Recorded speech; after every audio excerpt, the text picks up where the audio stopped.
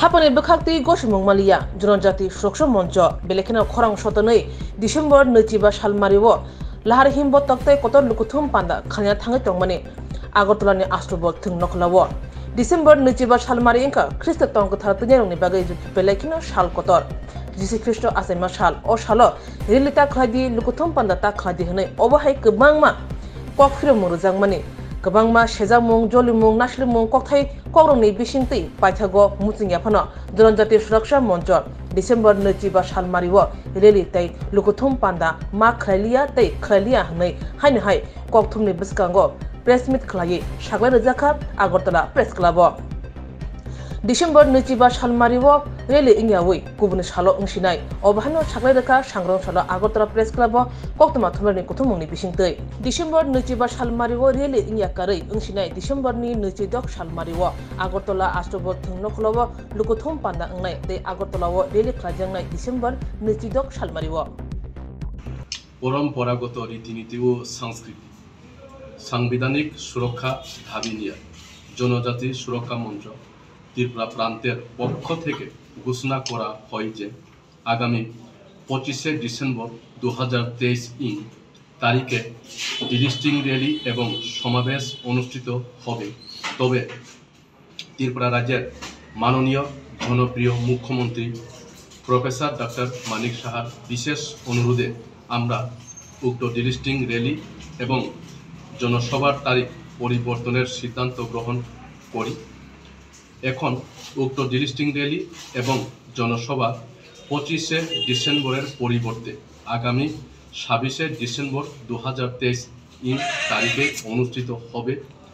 বাকি সময়, স্থান এবং অন্যান্য কর্মসূচি অপরিবর্তিত থাকবে। তো তৎসঙ্গে আরও একটা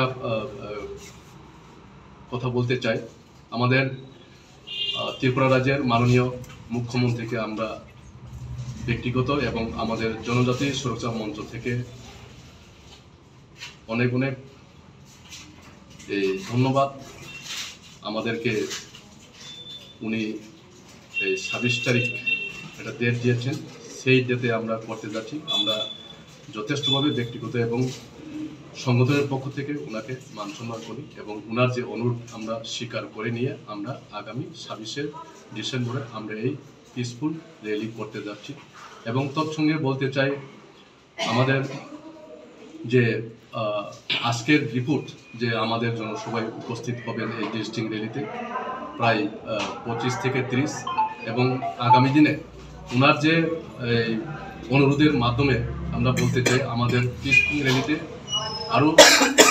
সারা ত্রিপুরা রাজ্যের আরও লোক বিশাল আকারে আমাদের জনসভাতে অংশগ্রহণ করবে। প্রথমে আমাদের যে সংগঠনের কাজ, সামাজিক সংগঠন, সেটা আমরা আপনারা জানেন,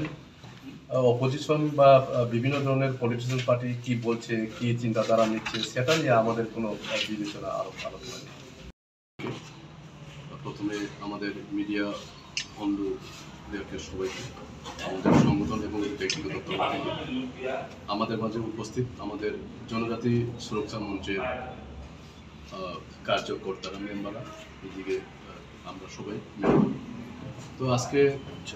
প্রথমেই আমি আমাদের যে আজকের যে প্রেস মিট,